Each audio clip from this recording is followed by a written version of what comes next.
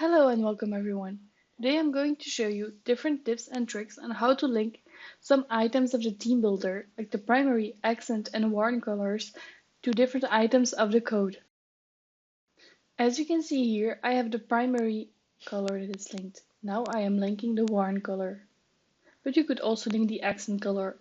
So each time that you will change the accent in the theme builder, it will be updated automatically inside the layout. If you want to have a permanent consistency between the different colors of your website, but also an automatic update when modifying the color of the theme builder, here's the way to do it.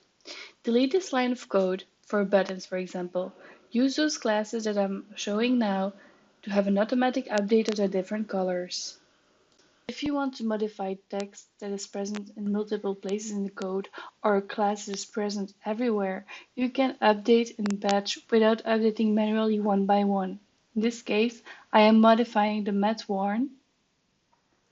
The first box is the previous code, and I am replacing it with mat primary. You can either decide to replace all, but you could also decide to replace only one line in one go. In order to replace only one, it is the button next to the replace all. Thank you for watching, and if you have any question, do not hesitate to send us an email.